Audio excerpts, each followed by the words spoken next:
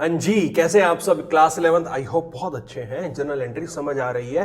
हम ऑलमोस्ट सारी ट्रांजैक्शन देख चुके हैं। आज हम कुछ ऐसी ट्रांजैक्शन को डील करने वाले हैं जो हर बिजनेस में जरूरी होती है, ठीक है। और ऑलमोस्ट इसके बाद, आज की इस वीडियो के बाद ऑलमोस्ट सारी ट्रांजैक्शन हमारी खत्म हो जाएंगी। ज्यादा टाइम एज यूजुअल आपका ना लेते हुए सीधा ट्रांजैक्शन पे चलते हैं और उससे रिलेटेड एक क्वेश्चन देखेंगे। बात करते हैं ट्रांजैक्शन रिलेटेड टू गुड्स की। गुड्स से रिलेटेड क्या क्या एक बिजनेस में ट्रांजैक्शन हो सकती है उसको देखते हैं। इसमें हम सबसे पहले बात करेंगे ड्रॉइंग्स इन गुड्स। देखो क्या कहना चाह रहा है, कह रहा है प्रोप्राइटर या ओनर है जो बिजनेस का, उसने गुड्स अपने प्राइवेट या पर्सनल यूज के लिए विड्रॉ कर लिए। तो बेटा जैसे कैश विड्रॉ करता है अपने पर्सनल यूज के लिए तो भी ड्रॉइंग्स होती है, यहां पे भी ड्रॉइंग्स होगी और ड्रॉइंग्स बन जाएगा बिजनेस का एक्सपेंडिचर। तो हम बात कर रहे हैं ड्रॉइंग्स अकाउंट की। तो ड्रॉइंग्स अकाउंट डेबिट, ये तो हो गया हमारा डेबिट, यहां तक तो कोई प्रॉब्लम नहीं है। बात आती है क्रेडिट किसको करें। बेसिकली देखो गुड्स हमने प्रोक्योर किए होंगे, फॉर रीसेल पर्पस परचेज किए गए होंगे, तो अब वो गुड्स हमारे पास अवेलेबल नहीं है, तो हमें एट द एंड अपनी परचेज को डिक्लाइन करना पड़ेगा, कम करना पड़ेगा। तो to purchase account, purchase account, अब हमारी परचेज कम हो गई है। अगर मैं नरेशन लिखना चाहूंगा तो हो जाएगी goods taken for personal use. यहां तक कोई प्रॉब्लम। चलिए बात करते हैं सेकंड पॉइंट की, सेकंड ट्रांजैक्शन की। कह रहा है गुड्स गिवन एज चैरिटी, मेरे बिजनेस को चैरिटी करनी थी, या मुझे मन हुआ कि मैं अपने गुड्स को चैरिटी कर दूं, डोनेट कर दूं, ठीक है। मैंने क्या किया, मैंने चैरिटी कर दी, और चैरिटी क्या बन जाएगा, मेरा एक्सपेंस बन जाएगा। तो बेसिकली एक्सपेंस अकाउंट डेबिट यानी charity account debit to again, अब वो गुड्स मेरे पास फिर से अवेलेबल नहीं है, फिर से अवेलेबल नहीं है तो मुझे परचेज को डिक्लाइन करना पड़ेगा। तो to purchase account, goods given as charity, यहां तक कोई प्रॉब्लम नहीं होनी चाहिए।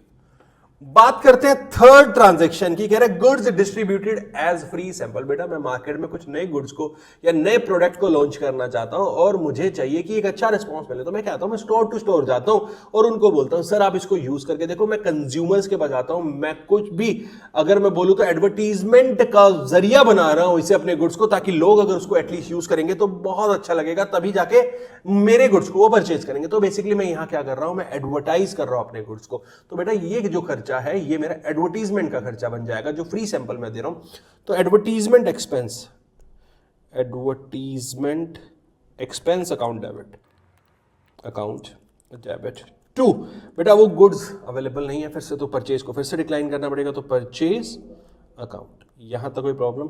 Goods given as free samples, ठीक है जी, ये हो गई मेरी नरेशन भी।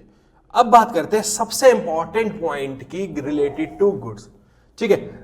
देखो कह रहे हैं loss of goods by theft और लॉस बाय फायर। मेरे गुड्स की चोरी हो गई या फिर मेरे बिजनेस में आग लगी तो गुड्स जल गए। तो बेसिकली देखो लॉस है, लॉस नॉमिनल अकाउंट, यानी हम बात कर रहे हैं debit all expenses and losses के। तो यहां पे हो जाएगा मेरा loss by theft account debit, अगर फायर से है तो loss by fire account debit to वही simple purchase account, goods lost by theft और गुड्स जो भी होगा एज द केस में भी, गुड्स डिस्ट्रॉयड बाय फायर, ठीक है बेटा। ये तो होगी, बट क्या यहां पे बात खत्म होगी? नहीं, सबसे इंपॉर्टेंट पॉइंट डिस्कस करना चाहता हूं यहां पे।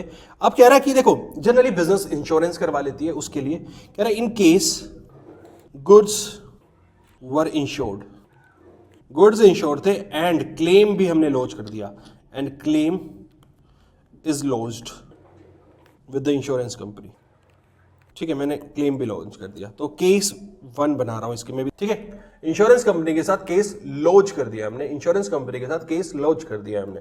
तो बेटा जनरल एंट्री क्या हो जाएगी? अब देखो इंश्योरेंस कंपनी जो है वो मेरे लिए डेटर बन जाएगी, ठीक है। मैं क्या करूंगा, मैं डेटर खड़ा कर दूंगा या एसेट खड़ा कर दूंगा इंश्योरेंस कंपनी के नाम से या इंश्योरेंस क्लेम के नाम से, claim account debit, insurance claim account debit, ठीक है। टू जो मेरा लॉस था वो लॉस खत्म कर दूंगा, लॉस बाय थेफ्ट और फायर अकाउंट, यहां तक कोई प्रॉब्लम। अब बात आती है कि मैंने लॉन्च तो पूरा केस कर दिया, क्या इंश्योरेंस कंपनी पूरा केस लॉन्च करने के बाद सारा पैसा दे देगी मुझे? तो इसके लिए केस बना लेते हैं A, if full amount of claim is received from insurance company. ठीक है, इंश्योरेंस कंपनी से फुल अमाउंट मिल रहा है मुझे, तो बेटा जनरल एंट्री क्या हो जाएगी, bank account debit to insurance company account, क्योंकि इंश्योरेंस कंपनी मेरी गिवर बन गई यहाँ पे। ठीक है, यहाँ पे कोई प्रॉब्लम पक्का।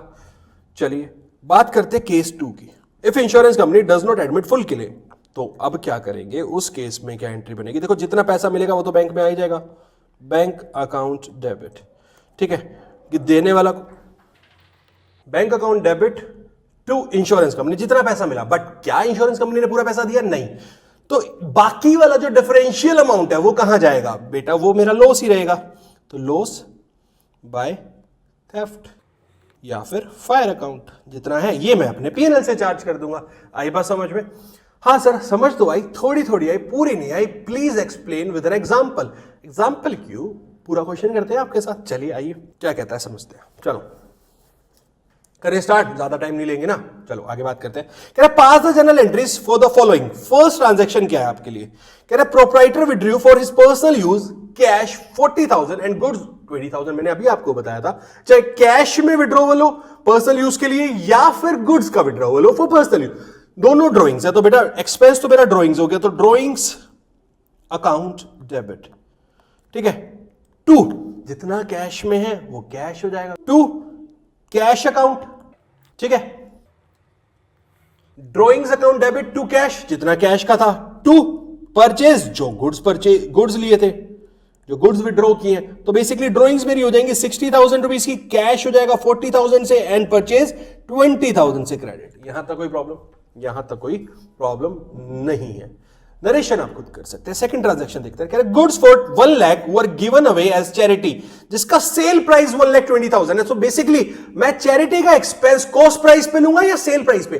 बेटा यार सेल प्राइस मेरे लिए इररेलेवेंट है, मैंने कोई सेल तो किया नहीं है, ये सिर्फ आपको कंफ्यूज करने के लिए और पॉइंट को सिखाने के लिए पॉइंट लिया है कि सेल प्राइस गिवन है, बट हमारे लिए तो कॉस्ट रेलिवेंट हो जाएगी ना। तो जो कॉस्ट है वही कॉस्ट लेंगे, चैरिटी एक्सपेंस जो बुक करेंगे वो कॉस्ट पे करेंगे। तो charity account debit to purchase account, बेटा कितने से? 1 लाख से या 120 से? सर 1 लाख से, अभी तो आपने बताया।